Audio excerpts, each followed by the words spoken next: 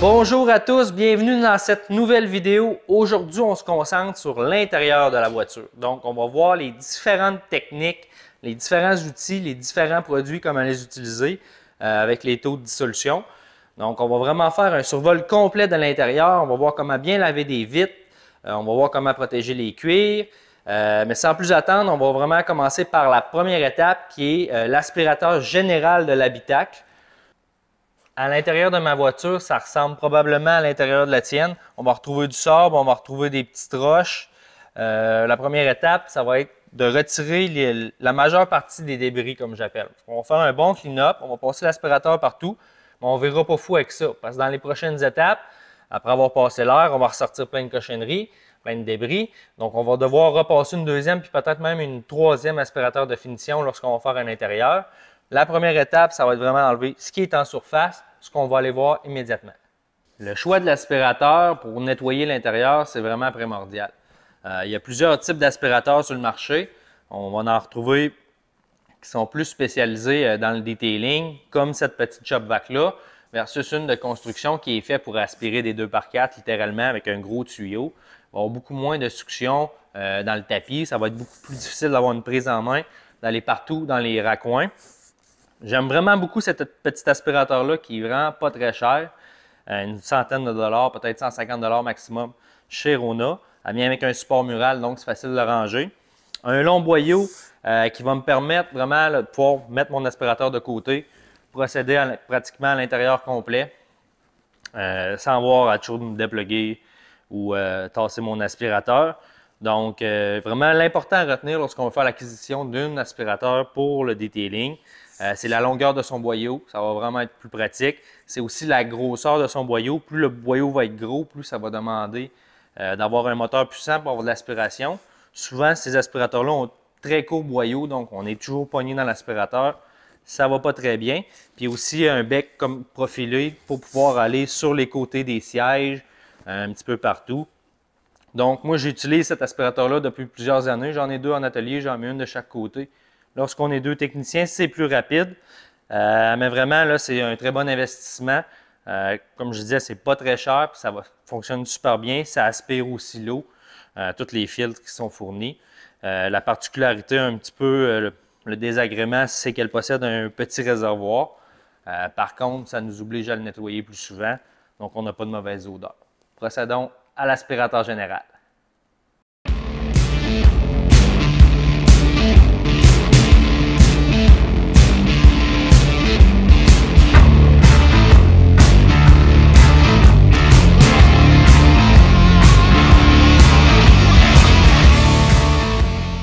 Comme lorsque j'ai procédé à l'avant, j'ai reculé les bancs au maximum.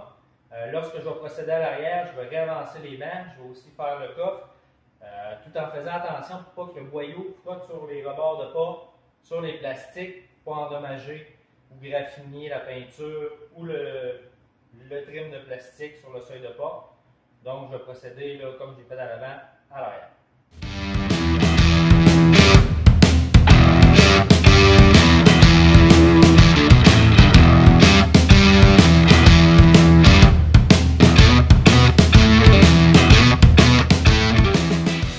On a passé l'aspirateur partout, on a enlevé les débris de surface, donc tout ce qui se trouvait un petit peu partout sur les tapis, le plus gros dans le coffre.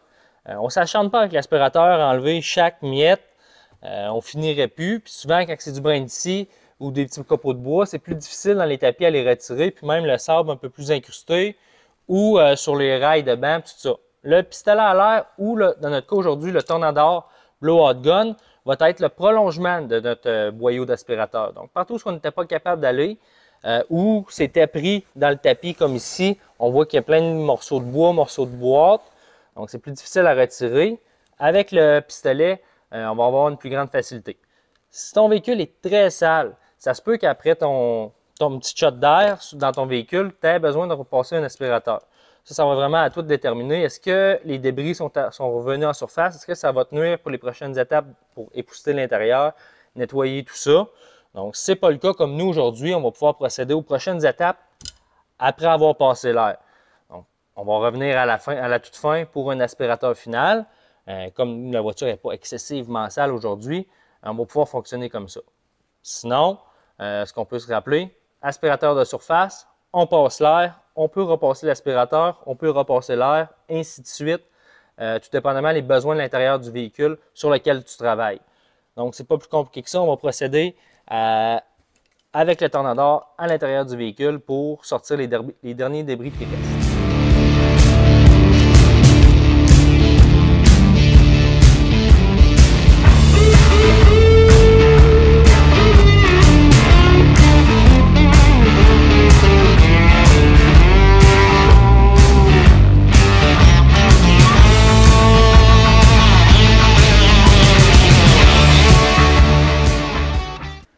À l'intérieur de notre Tornador, on va utiliser 3 produits.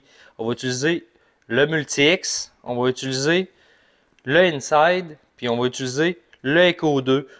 Pourquoi le Eco 2? Pourquoi utiliser un Waterless Wash dans son Tornador? Ça va permettre de rendre la mixture un petit peu plus pesante, donc moins volatile. Ça va être moins en suspens dans la voiture ou dans ton garage, ça va être plus respirable. L'Eco 2 va aussi servir de petite protection sur tout ce qui est trim, peinturé, soit noir, carbone, name it, là, il y en a toutes sortes, les appliqués de bois lustré aussi, puis ça ne dérangera pas non plus au niveau des plastiques. La mixture est assez simple, on va utiliser un 100 ml de Inside, donc on va mettre mon 100 ml d'Inside à l'intérieur. Les petites dosettes sont géniales, ça pourrait nous permettre de les remplir et de les calculer de façon précise. Là avec moi aujourd'hui, je n'ai pas celui-là du Multi-X, donc je vais y aller plutôt à l'œil, un 500 ml, donc on a dit un 100 ml, 1/5 de la bouteille. On va y aller un petit peu à l'œil aujourd'hui. On pourrait se servir d'une bouteille de dilute également. Là. Environ 1/5, une autre petite dernière shot. Pas besoin d'en mettre une tonne de Multi-X. On va terminer avec l'Eco 2, comme je disais, pour rendre la substance un petit peu plus pesante, donc moins volatile. On va combler la balance avec l'eau jusqu'en haut. On va pouvoir procéder au nettoyage à l'intérieur avec notre Tornador. Lorsqu'on va procéder à l'intérieur avec notre ami le Tornador, ça va être important de retenir une cédule de procédure. Donc, on ne voudrait pas pousser la cochonnerie d'en avant vers en arrière, d'en arrière vers en avant inutilement. On va procéder de façon stratégique. On veut se rappeler aussi que l'endroit qui doit être le plus propre, l'endroit par lequel on doit terminer, c'est souvent celui-là du conducteur. C'est lui qui passe la majeure partie de son temps à l'intérieur de sa voiture. Donc, on va terminer par cet endroit-là. On va commencer souvent par ici, par le côté passager. On va se diriger à l'arrière, dans le coffre, en arrière du conducteur. On va terminer par l'assise du conducteur, par le cockpit du conducteur, afin d'éviter qu'il y ait un surplus de poussière. Lorsqu'on va procéder ici, on va peut-être en envoyer un petit peu là. Si on commencerait par le devant, on serait obligé de revenir par la suite. Dans le cas d'une voiture très très sale, niveau conducteur, on pourrait commencer par là, puis reterminer par là. Donc, je vais procéder avec le Tornador.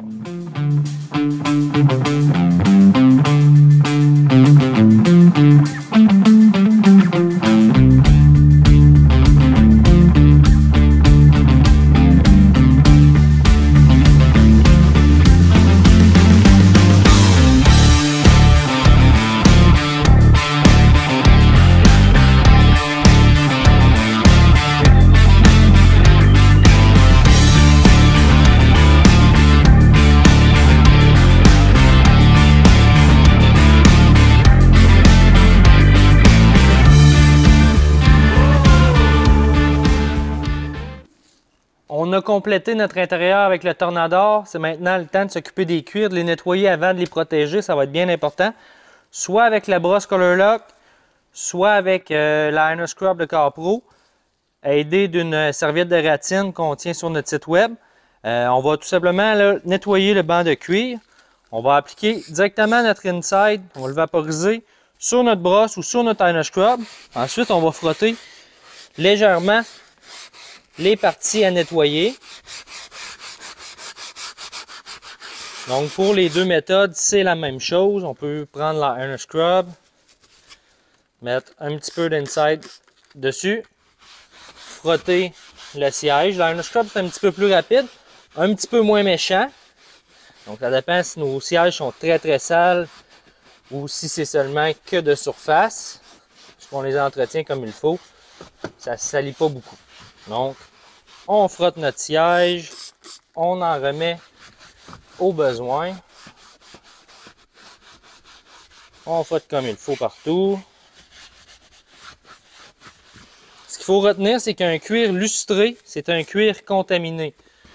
Donc, pour éviter le fendillement, le craquellement, le produit pour nettoyer ces cuirs est très important, mais aussi son protectant qu'on va voir un petit peu plus tard. Donc, on a tout nettoyé notre assise de cuir. On peut voir qu'il n'est pas très sale. Par contre, ça fait quand même du bien. On voit le lustré qui est parti. Si on compare un petit peu à ici, on peut le nettoyer.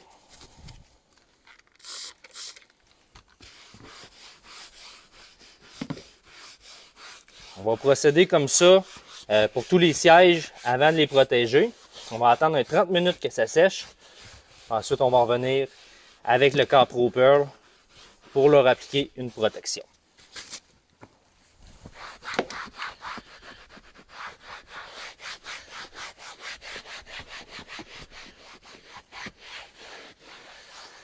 Donc, c'est pas plus compliqué que ça. On va procéder comme ça sur les autres sièges.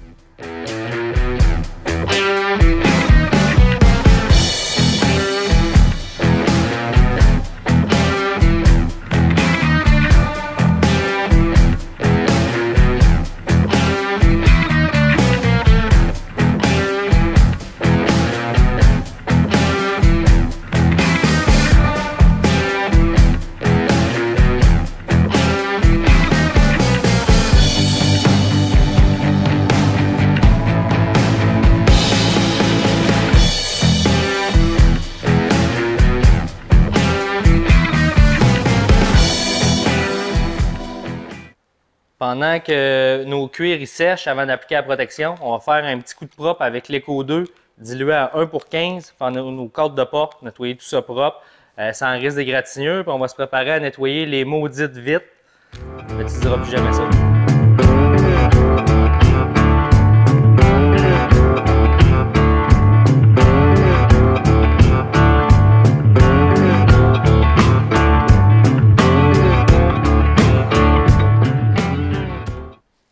Nettoyage des vitres, c'est probablement l'étape que tout le monde déteste. Pourtant, c'est super facile si tu es équipé du bon produit et des bonnes microfibres. C'est super simple laver des vitres. Ce qu'on veut, c'est retirer le gras, retirer la saleté. Donc, on va utiliser une microfibre. Pour les microfibres, on en a plusieurs sortes. On a la Glass Fiber, la plus connue, la plus utilisée par les membres du groupe Capro Franco. Mais j'ai aussi deux autres alternatives pour toi. La Rag Company. La Pearl, ça va super bien dans les vitres. Puis la Terry Microfiber, ma préférée de Capro. La première étape, ça va être de baisser ta vitre. Il n'y a personne qui voudrait avoir un rebord encore sale ici, puis une trace de caoutchouc lorsqu'elle ferme. Si tu fais ça de façon professionnelle, le client s'en va avec son véhicule, il baisse sa vitre pour dire bonjour, pour dire merci, puis il voit que c'est encore sale, ça ne fait pas winner. Donc, on va vaporiser directement dans notre microfibre parce qu'on veut déloger la saleté de la vitre. On ne veut pas nettoyer la microfibre, on ne veut pas étendre le produit, on veut nettoyer la vitre. Donc, on va procéder sur le rebord. On pourra s'aider d'une deuxième microfibre pour essuyer jusqu'à temps que ça soit sec. Ensuite, on remonte le vitre. On vaporise encore une autre fois dans notre microfibre. Puis là, on va la nettoyer en entier. Ce qu'il faut retenir lorsqu'on nettoie une vitre, c'est qu'il ne faut pas la lâcher tant qu'elle n'est pas sec. Donc, tant qu'il va y avoir du produit, on va continuer. On peut soit virer notre microfibre ou soit en utiliser une deuxième. Puis on va continuer jusqu'à temps que la surface soit sec. Un autre petit truc. Si tu ne veux pas saturer ta microfibre de saleté, procède sur les vitres intérieures au complet avant de faire l'extérieur. Termine par l'extérieur. Donc, si tu as un petit peu de poussière, un petit peu de saleté, comme on peut voir dans la microfibre, tu ne vas pas l'étendre à l'intérieur de ton véhicule. Donc, quand tu vas avoir terminé de faire toutes tes vitres à l'intérieur, tu procèdes à l'extérieur. Le Clarify va super bien fonctionner. Il va rendre ta vitre douce, donc hydrophobe, autant à l'intérieur qu'à l'extérieur. C'est vraiment un lave-vitre qui est génial, qui est safe pour ta pellicule teintée. Il est safe pour toutes les composantes, les plastiques, les trims. On va même pouvoir s'en servir à l'intérieur, sur le tableau de bord, en guise de finition, sur l'écran du radio. Donc, c'est vraiment un produit génial. Je vais continuer à procéder sur le reste des vitres. Nos cuirs vont être secs. On va pouvoir appliquer la protection.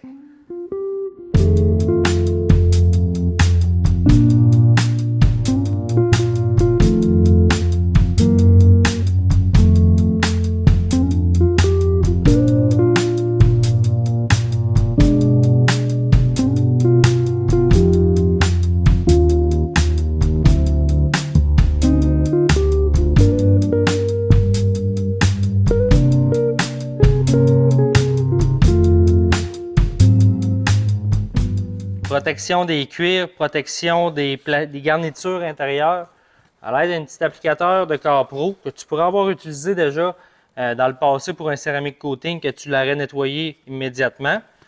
Du Pearl que tu vas diluer 1/5 à 1/10, dépendamment de l'effet que tu veux. Plus tu vas te rapprocher de 1/10, plus ça va être satiné, plus ça va être comme d'origine.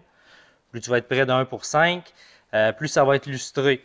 Donc, on ne va pas vaporiser directement sur la surface, on va vaporiser directement sur notre applicateur. Ensuite, on va placer le Pearl sur notre siège de façon uniforme. Au début, c'est normal que ça soit plus lustré. Quand ça va sécher, ça va venir satiner.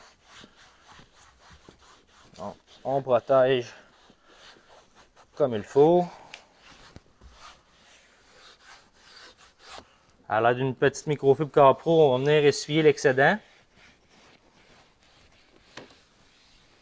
On va attendre que ça sèche peut-être un 30 minutes avant de s'assire. Donc, ça va être important à cette étape-là d'avoir déjà procédé pour nos vitres, d'avoir déjà procédé sur notre intérieur au complet. On ne se rassira pas sur les bancs à 30 minutes le temps que le traitement sèche.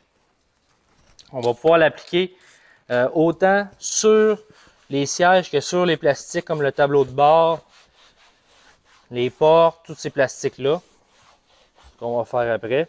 On va avoir une durabilité d'un 3 à 6 mois, dépendamment de ta dissolution. C'est sûr que plus on va être près de 1/5, plus ça va être durable. Donc, on applique uniformément. On prend notre microfibre, on retire l'excédent. Plus on va le retirer, moins ça va être lustré également. Donc, on n'a pas besoin de sur-essuyer, juste faire que ça soit égal. Ensuite, on passe à la prochaine partie qu'on veut protéger. Donc, que ce soit les portes, que ce soit le volant. Ça ne rendra pas le volant glissant 1/10. Il n'y aura aucun danger. La même chose pour vos sièges. Plus on va se rapprocher de 1/1 ou pur, c'est sûr que plus ça va être un petit peu plus glissant. On ne fera jamais ça à l'intérieur d'un véhicule. Donc, le volant, il est pratiquement comme un neuf. L'auto, elle a 10 000 km. Elle look encore comme une neuve. Donc, on va procéder comme ça pour l'ensemble des plastiques.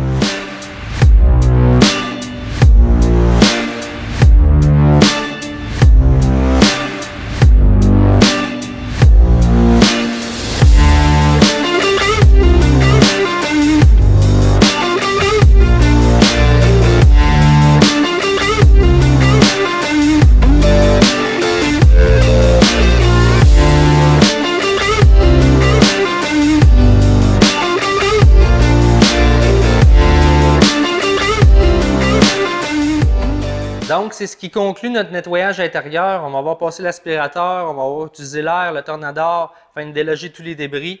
On va avoir nettoyé nos cuirs, on va avoir protégé nos cuirs aussi avec le Pearl à 1,10. On va avoir nettoyé nos fenêtres de la bonne façon, sans avoir de misère à retirer les strikes, à retirer le gras. Vraiment, elles sont impeccables, ils sont brillantes. Donc, on a aussi nettoyé les cadres de porte avec l'Eco 2, une solution de 1/15. Dans une prochaine vidéo, on va s'attarder un petit peu plus au tapis, à retirer les cernes de calcium, extraire le sable de la moquette. Vraiment, là, tous les volets, tous les aspects des tapis, retirer des odeurs également. Entre-temps, je t'invite à t'abonner au groupe de discussion sur Facebook Produits CarPro francophones. Sur cette page-là, tu vas retrouver plus de 2500 passionnés comme toi, mordus d'esthétique automobile, qui sont là pour t'aider, pour te retrouver dans les produits CarPro, pour te conseiller, pour répondre à tes questions. Tu vas voir, c'est vraiment un groupe génial. Je t'invite aussi à t'abonner à notre chaîne YouTube. On aimerait avoir plus d'abonnés afin de pouvoir diffuser en live directement sur la plateforme. Donc, abonne-toi également sur notre chaîne YouTube. Je vais être vraiment très content. Tu peux également nous poser des questions sur notre page Facebook directement, Centre de l'Auto-Élégance, sur CarPro Québec, sur le groupe de discussion Produits CarPro francophone, comme je le disais, et également sur YouTube. On se revoit dans une prochaine vidéo.